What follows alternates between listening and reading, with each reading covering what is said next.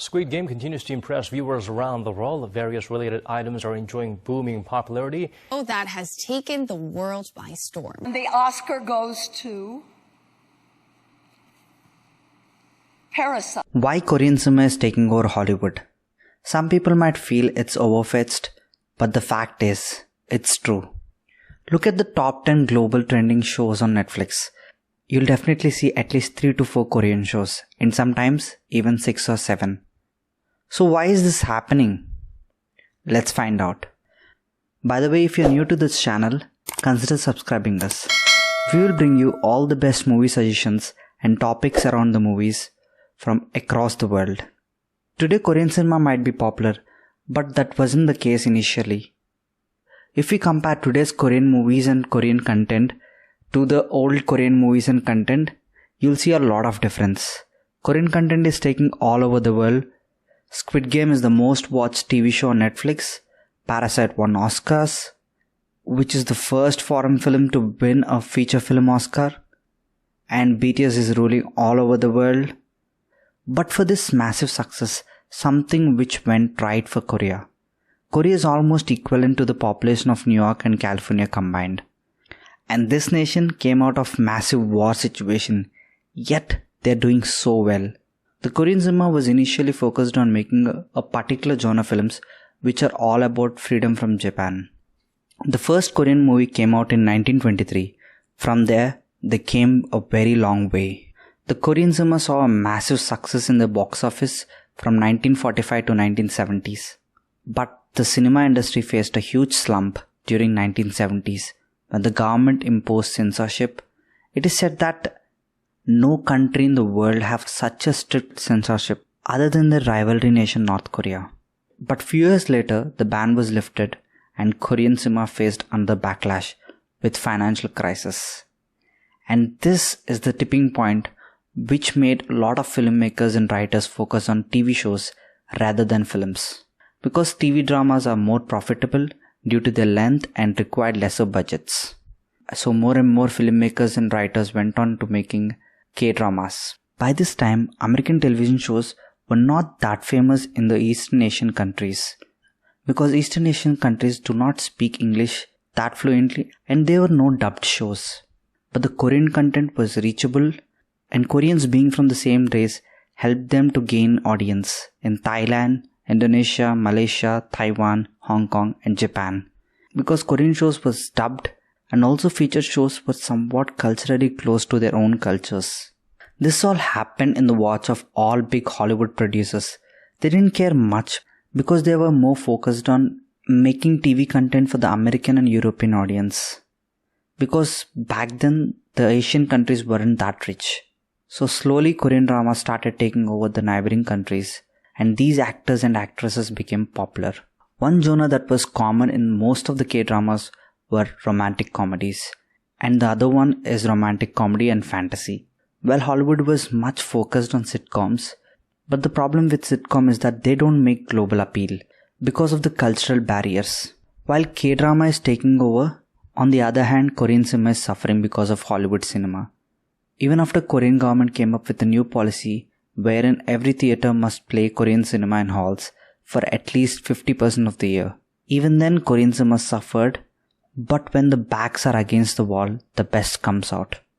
3 films which changed the course of Korean film history. First comes out was My Sassy Girl. It felt like the making style was inspired from the K-drama world, and this brought in a beautiful love story. Later followed The Old Boy and Memories of Murder. Initially these films didn't attract any global audience, but later came a wave of new global audience. These 2 films were directed by South Korean film industry's 2 key pillars. The Old Boy is directed by Park Jin-wook and The Memories of Murder is directed by Bong Joon-ho. These 2 filmmakers brought in a new wave of new films. And since audience are already aware with the content which these directors made, so they started watching their other films like Park Chan's Vengeance Trilogy and Joint Security Area. On the other hand, Bong made much more powerful and global appealing films such as Mother and Host. The key success of this film attributes to the emotions, and these emotions are culturally embodied. This made people invest into these films emotionally. Let's take the example of The Host. Host movie graphics sucks, but what makes the film engaging is the emotions. While the Hollywood film pitched for scale and grandiousness, the Korean cinema pitched for emotions. People love to watch movies with larger scale in theaters, but while watching at home, people prefer to watch movies which has a lot of heart in it. So this led to creation of new audience for Korean cinema. And what followed after these bunch of films is another bunch of successful projects from Korea, like Bittersweet Life in 2005, The Man from Nowhere and I Saw the Devil in 2010, New World in 2013. People were more attracted to watching thrillers and gangster stories, so this time that curiosity led them to see these films. And this is the same time people realized that Korean content is great. They understood with one song, a song which led to pave path for the BTS. The song is Gangnam Style. We all know how popular this song is. This song broke every possible record on YouTube. With this song, more and more people started exploring about the Korean culture and started listening to the Korean songs. Not only to that particular singer, they explored the content of other singers also. Wait a minute, how is K-pop and movies related? Yeah, that's a good question. Unlike Hollywood, in Korea, singers become actors, like Junho, Dio, Yuna, and Bae Suzy. By the way, Bae Suzy is my favorite. I loved her both in Startup and Vagabond. These actors are just few examples. There are many actors who came from singing professions. So this led to many people discovering Korean cinema through these singers. These brought in new audience, but one film that proved that Korean cinema can make better content, this time louder than any other film, is Train to Busan. While most of the zombie films during that time sucks, barring from World War Z, Train to Busan made it clear that they can make better films with a fraction of budget what Hollywood could make. This time the film not only brought new audience, but also Hollywood production companies hopping in the Korean trend. And this is followed by a banger of Bong Joon-ho Oscar film Parasite. Whenever a film wins an Oscar, the world looks at it. And this time, this is the first foreign film to win Oscars. So many people are excited. Up until then, the audience were just movie buffs, not the regular audience. The regular audience were far from Korean content. But this time, this film brought the regular audience also to Korean content. And many people started watching Korean content. And the Oscar winning moment is perfectly situated and the timing was almost perfect. While for the most of the industries 2020 is a bad year, but for Korean industry 2020 is a golden year. If you think I'm a crazy person, no, I'm not. I know the fact that many films got cancelled and many films made losses and it's a disastrous year. But one thing very significant happened. The reason why I said the timing is perfect because just then Parasite got Oscar. The memory of Oscars was fresh in the audience and they want to watch more movies. So with no movie releases on theaters, more and more people started exploring foreign films because they have a lot of time to kill. And this led many people to major paths. One is anime from Japan and another one is Korean content. And this is the same trend which led people to choose between Korean content and Hollywood shows. Because of two major reasons. Hollywood TV shows is obsessed of making money. That's the reason why even after writing initial scripts for only fewer seasons, the production companies keep on extending the shows often. This led to content dilution. And the other reason is duration of the TV shows.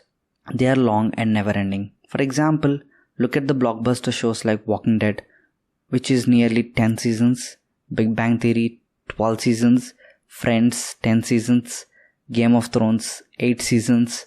It's okay if you started watching these shows somewhere around 3rd season or 4th season. But what if you're trying to watch these shows at the end moment, like if already 9 seasons were completed? People wouldn't watch because it's a lot of time consumption. And today youth do not have that much time to spend. They want the content to be crisp and short. But coming to the Korean content, the web series are short, like only 1 or 2 seasons. For example, take the examples of top shows in Korea.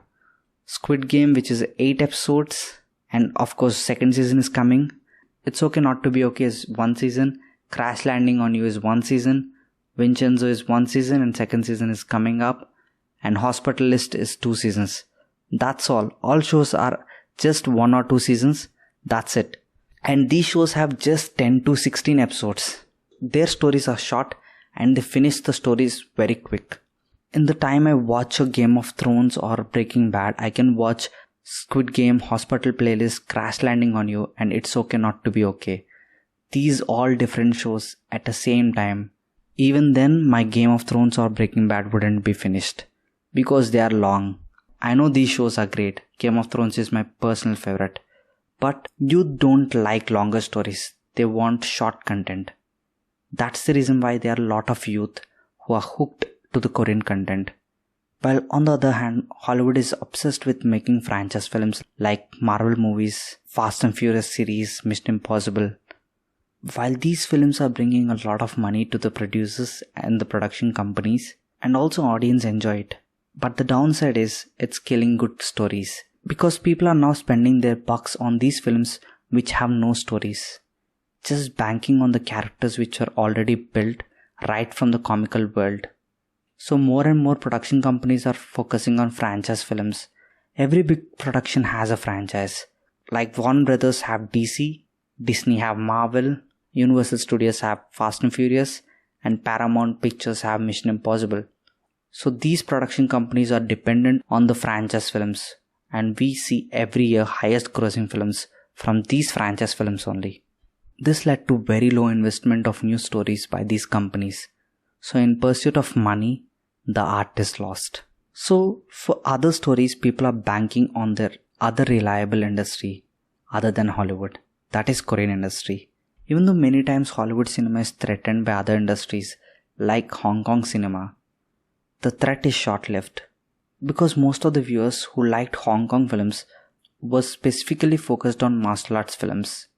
Similarly, Japan took over horror films, Thai with single series of Ong Bok, Indonesia with Ride, India with their latest film of RRR. These are just short-lived and single films. They make an impact, but that impact is short-lived. Even though these films create enough buzz, they are specific to genre or a film series. Koreans started outpacing in multiple genres. To understand this, let's go back and look at their classics.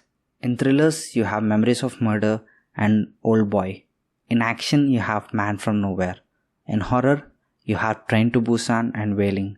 In gangster genre, you have New World, Bittersweet Life. And in romance, you have My Sassy Girl. In drama, you have Parasite. The list can go on. The Koreans were able to produce great content in different genres. They didn't stick to one genre that gave them constant success, unlike Hong Kong film industry. In the case of Hong Kong film industry, martial arts films gave them success. They focused on that particular genre only. And along with that came in censorship from China. While Hollywood enjoyed a luxury from many years of language because English is the most influential language in the world, this made them monopolies of the entertainment. But due to the emergence of OTT platforms like Netflix and Hulu, the playing ground has changed. Irrespective of budgets and language, people started watching these films and TV shows. And more people joined the bandwagon. And this particularly removed the entry barrier restrictions from the content. And these all reasons led to the rise of Korean films and dramas. To such an extent that the world's most watched show is a Korean show. And it left other shows miles away. With 1.6 billion views in its first 28 days, with just the first season. While on the other hand, the most popular Netflix series from Hollywood and running at its 4th season, The Stranger Things got 1.3 billion views. This is the difference. And it's not with just one show. Week after week, the same trend is repeating. Let's take another example. This time, the popular series from Hollywood, The Witcher, which was made with a huge budget and had a star cast like Henry Cavill. The series got 560 million views for the first season. Take the unknown and unpopular series before release, All of Us Are Dead from Korea. Starring nobodies with little to no promotion, ended up getting the same views as the biggest first season of Hollywood series. Even though movies aren't that dominating with Hollywood films like the series did, still the wave is true, and soon we are going to see that happening. If Hollywood is going to go on the same path of superhero and franchise films, this is definitely going to happen. These franchise films and superhero films, they offer nothing new, just the same old characters with pretty similar plot as their previous films. The Korean cinemas are now mostly watched in the pirated sites, and not many are comfortable to watch the subtitled versions of films. So if the Korean filmmakers decide to make films both in English and Korea, that move can dominate Hollywood movies and position Korean cinema in a better position. And the franchise trend is going nowhere. I know I'm bragging a lot, but this is true. Let's go to different space now. The same thing is happening with series also. Game of Thrones is a big hit, so they came up with House of Dragons. And Amazon Prime wants to increase their user base, so they came up with Lord of Rings series. And Disney wants a pie in the OTT space, so they came up with a bunch of Marvel superhero series, which all sucks apart from Loki. And they even launched Star Wars shows. It's high time we audience demand new stories from Hollywood, or else we'll see it end. This is the primary reason why we started this channel, because there shouldn't be a monopoly and art shouldn't have any language. So for pure love towards films, we started this channel. Okay, since we came to the end of the video, now if you just only watched few films or series from Korea, or if you're just lost in the world of exploring movies and TV shows from other languages like Korea or Japan or Hong Kong or even Europe, then you can trust IMDb or any other international sites. That's the reason why this channel exists. So if you're new to Korean cinema, if I have to give suggestions for you to start in, then I picked 5 films that changed Korean film industry. They are Old Boy, Memories of Murder, The Man from Nowhere, Train to Busan and Parasite. And if you haven't watched any of these films, do check out. Similarly, the series which changed the Korean industry are Squid Game, It's Okay Not to Be Okay, Crash Landing on You, Reply 1988, Vincenzo and Hospital Playlist. By the way, my discovery of Korean cinema happened with Memories of Murder. Even though Host was my first film, I watched it in dubbed version and discontinued watching Korean cinema. Around 2015, when I was obsessed of watching thrillers from Hollywood, I didn't find any good thrillers from Hollywood because I already watched all good thrillers from Hollywood. And all latest Hollywood thrillers all sucks.